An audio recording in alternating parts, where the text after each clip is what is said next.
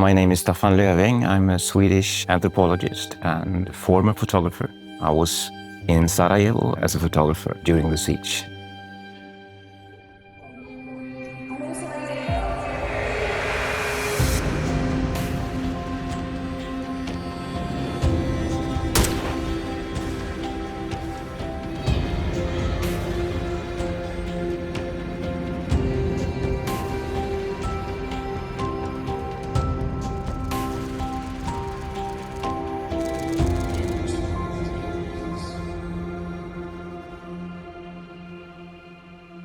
My journalistic career started when I was in my early 20s. I really wanted to work in journalism, and I worked in Swedish newspapers, but I also went traveling a lot and managed to sort of fund my traveling by selling stories and selling images. So I went to Asia and to India, Pakistan, the border region to Afghanistan in 1987, and I documented the lives of refugees there. And after that, I actually got a job in Guatemala as a photography teacher in Central America. So I taught photography, and I worked with a group of indigenous Maya people in Guatemala. And their idea was to learn how to create archives and document their lives and traditions. So I took on the role as a teacher. So we developed this dark room and the archive. And then I continued on this path. So I've been to Colombia and northern Iraq, increasingly more focusing on photography. It was somehow easier for me to do visual stories and visual storytelling than it was to write journalistically. At the time, during the war here in former Yugoslavia, Sweden saw an influx of refugees, of course. And many Bosnians came to Sweden. My parents were both teachers, and they had students then, refugee students, kids from Bosnia. I was, as I said, I was young and very close to my parents and the family. We lived together, so I got to know these families, these Bosnian families, through my parents and through friends and other contacts. My first trip to Bosnia, I went through Zagreb and then down south, the Adriatic coast, and then up to Mostar in 1993. And then, as well as in 1994, when I managed to go to Sarajevo, I went to see friends and families of the refugees that I knew in Sweden.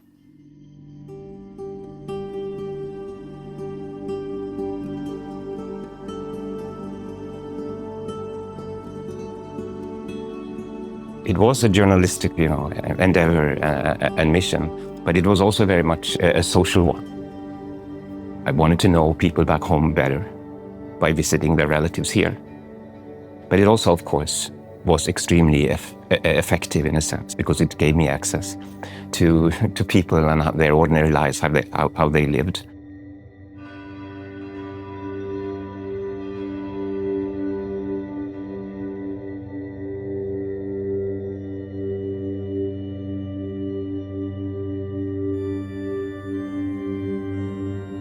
When we came to Sarajevo, we didn't go to the hotel Holiday Inn, but we went to live with people, and we depended very much on their friendship and their hospitality and so on.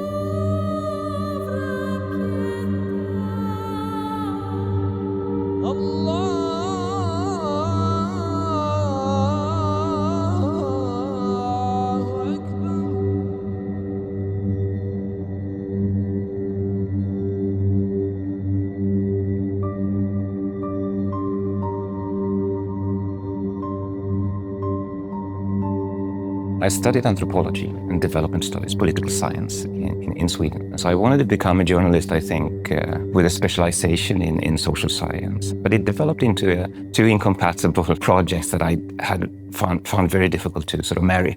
And especially in Bosnia, I think, I experienced this superficiality in my own photography.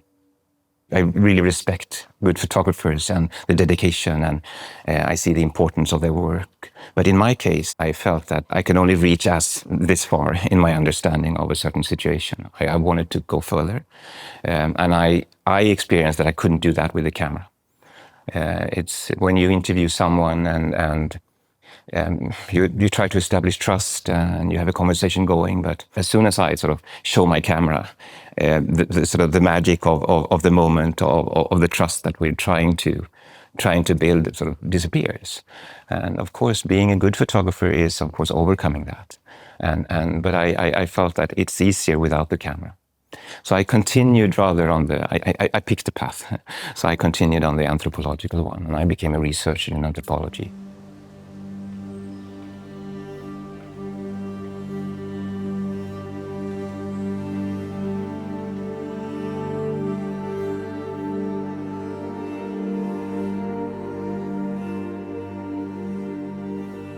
I liked the difference between the way we worked and the way that more conventional or professional photographers and journalists worked.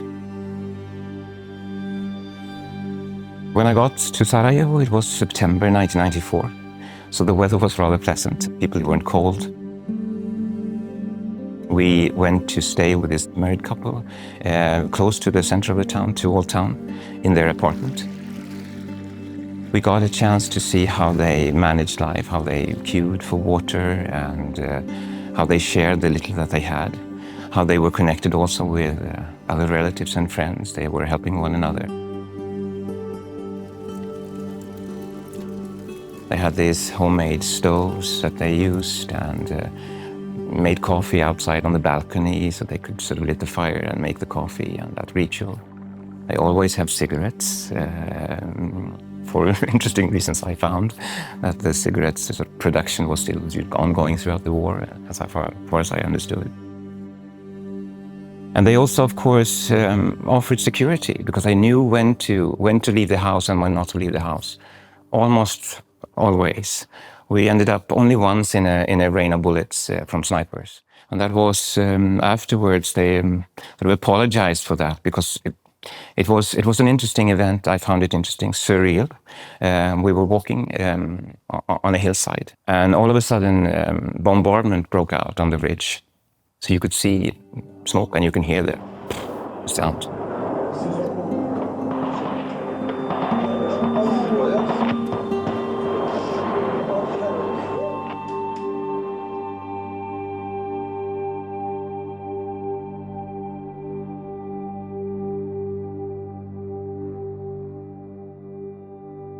I remember it very well when I took notes. I revisited those notes afterwards, of course. But I remember that I was struck that, you know, the birds sort of got scared by the noise. And I remember a dog looking for food in the trash, ran away. But people were very calm and they were curious. They were looking at the ridge, and I have some pictures of that.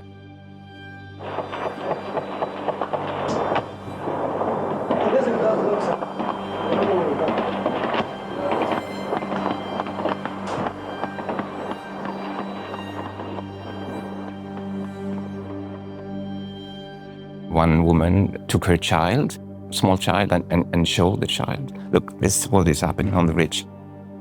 As I learned afterwards, I didn't understand it then, but it was the Bosnian army attacking Serbian sort of, positions, trying to push them back.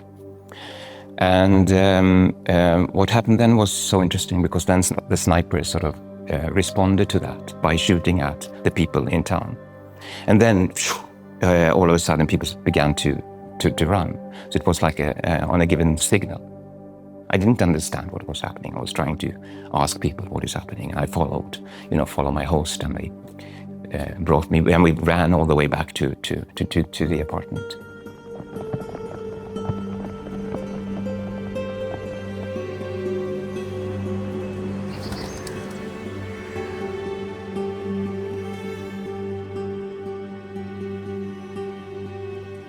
I have a picture here that has been defining for my ongoing project that I now have here in Sarajevo, what I call it imperfect shots, because I have a very bad picture, very blurry picture of a kid, a boy the niece of my host, because he was in my company, he and his brother, and we were running back home to the apartment, as I said, and we could hear these whistling sounds of the bullets. I didn't understand what it was. They had to explain it to me, that whistling sound. So it was surreal. I wasn't scared at all. It was like being in a movie. And then the boy, bent down and picked up it looked like a cashew nut. So it was a bullet that was bent from having, bounced between the walls. And he showed it to me and he said that, look, Staffan, this is still warm from this friction. And I have that image. I said, is it blurry? I never published it. It's difficult to sell. It's a story behind it. I call that picture, since it's not a perfect war image, but it's an imperfect shot. That shot marries my two interests in the ongoing research project that I have, that bullets that miss their targets are imperfect too, and life goes on. Things happen. That boy is still alive and has his own family now, Sarajevo. And that images might have a value also, because you can return to them and you can rediscover them in archives and photo albums and whatnot. When I got back to Sweden and tried to sell my images, the ones I managed to sell were, of course, those who were considered to be perfect, or as close to perfect as possible. As an example of an imperfect image that perhaps I was able to sell because people thought that it was perfect, was one time we went to the Emperor's Mosque and talked to people there. And a muezzin was calling to prayer, and I was allowed to document when he did that. And the way where he stood when he did that told many things about the war situation, because the position he took was covered by the walls so that he wouldn't expose himself to just the snipers. And I took the image of him, but it looks like, if you don't know his profession and what he's doing, it looks like he's in agony, he's in pain, because his face looks like that when he calls to prayer. Allahu Akbar, Allahu Akbar. Allahu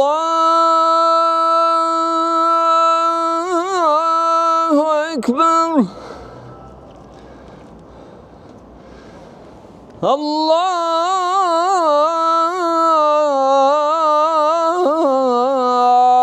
Akbar.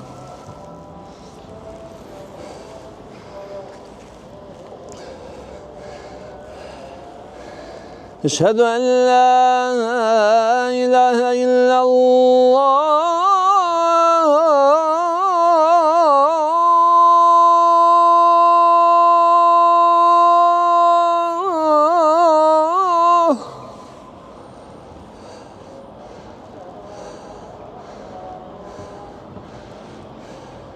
أشهد أن لا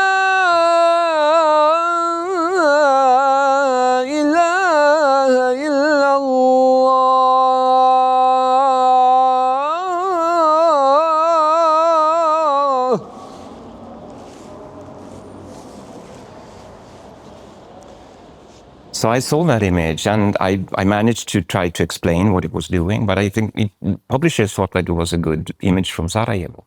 It reminds in a way of Robert Kappah's image of the soldier being shot in the back.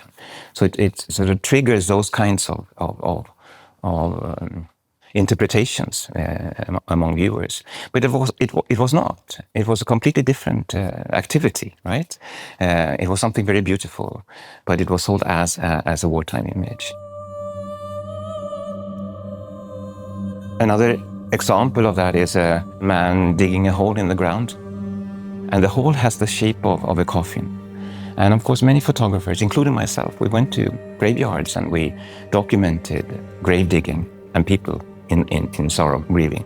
But in this case, the man is actually digging for firewood.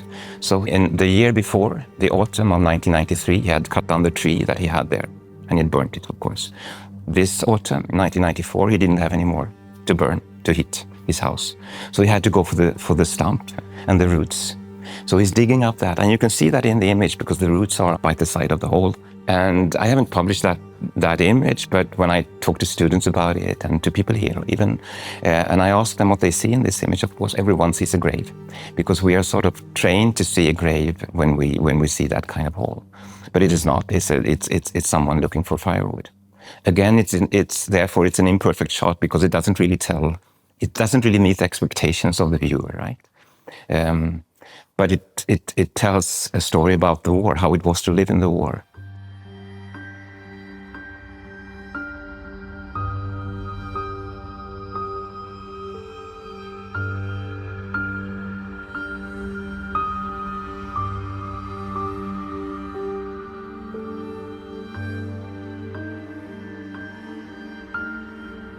And then I got this invitation from DŽEMIL HODŽIČ to upload a sample of my images on Sniper Alley on that website.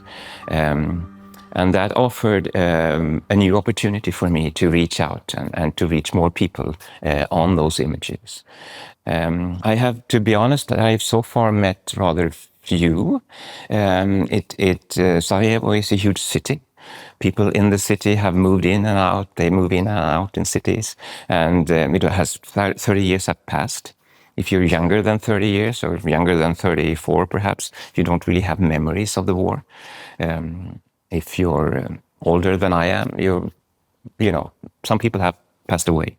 So the people I meet and talk to, most of them are not likely to be in the images. But thanks to this, having them now on the Sniper Alley website and having them distributed on Instagram and Facebook and so on, have resulted in new, much more sort of concrete contacts.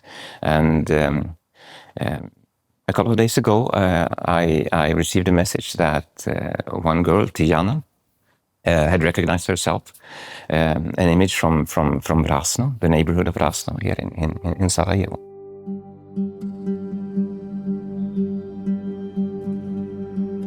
In the image, she's sitting on the ground playing with a friend.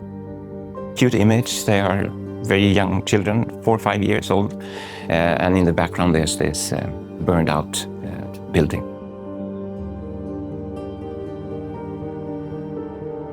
And so she said on Instagram, I think, that she recognized herself. And so I reached out to her and asked, "Hi, Tijana, I'm the guy behind the camera. Would you mind seeing me for an interview and catch up? We have 30 years to talk about what has happened," and so on. So we are now planning a meeting. A couple of days from now, we will meet in Rasno, go to the same place, and she can, as people do when they talk about these images, she can teach me and tell me about the place, things that I didn't understand when I was there. And of course, add the dimension of 30 years, what has happened to her. And it will provide a very long caption for me to that image. So I'm really looking forward to it.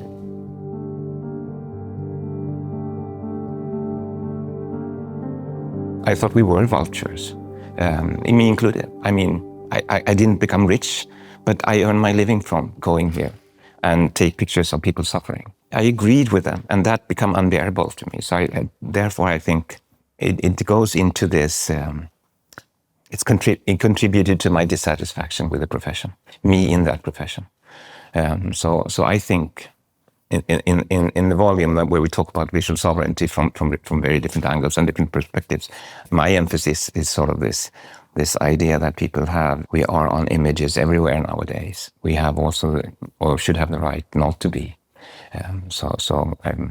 I think doing what I'm doing now, it doesn't save me from vulture accusation, really, because I really think that's what sort of tormented me a bit when I was here in Sarajevo, when people said that, who are you? You're vultures. I don't leave people in peace. I come with my images and I provoke people again, but in a different way, perhaps.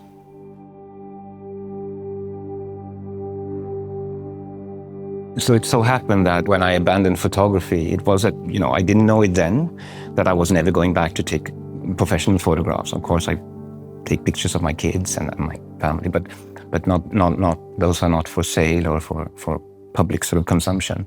But that sort of abandonment of photography coincided with my abandonment, in a sense, of Bosnia as a photographer. The visit to Sarajevo in September 1994 became sort of my last mission as a professional photographer. The good thing is, of course, that Sarajevo is still here, and I'm still here, and I can go back, but in another capacity. as a visitor and talker and listener only, without the camera.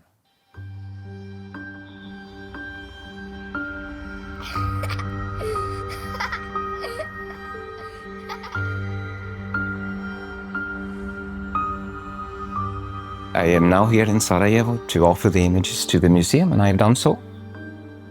I'd rather see it as not really a gift, and there is an interesting discussion, I think, in visual studies and visual theory about the images as property. Who has the right, actually, the ownership of a photograph? I sort of am on the side of those who argue that there's a citizenship of photography rather than photographers or museums perhaps owning images. And so images are there for us to use and watch and interpret. And with citizenship comes a responsibility, rights, but also duties. Right? So I think that by sharing my images with the museum here, I can sort of see an extension of my project and of the Imperfect Shots sort of project in interesting ways. And I, for the rest of my life, I will sort of follow what will happen with those images and what the museum will do with them and how people will sort of read them and other images. So it's for me, it's a wonderful thing, a wonderful opportunity to be able to give these images away finally.